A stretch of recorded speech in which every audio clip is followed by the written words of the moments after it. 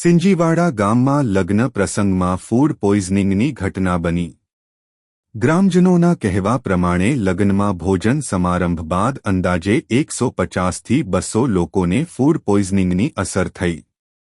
તેમાં મીઠાઈ અને આઈસ્ક્રીમ ખાધા બાદ સાંજથી લોકોની તબિયત લથડવાનું શરૂ થઈ હોવાની ગામમાં ચર્ચા।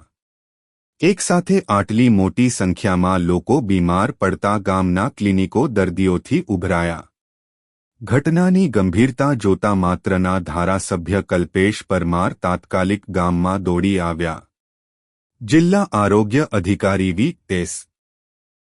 ધ્રુવે અને નાયબ મામલતદાર આરોગ્યના કર્મચારીઓ સ્થળ પર પહોંચ્યા હતા।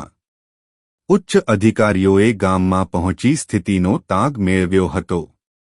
આરોગ્ય વિભાગની ટીમો દ્વારા આખા ગામમાં ઘરે ઘરે જઈને સઘન સર્વે હાથ ધરવામાં આવ્યો।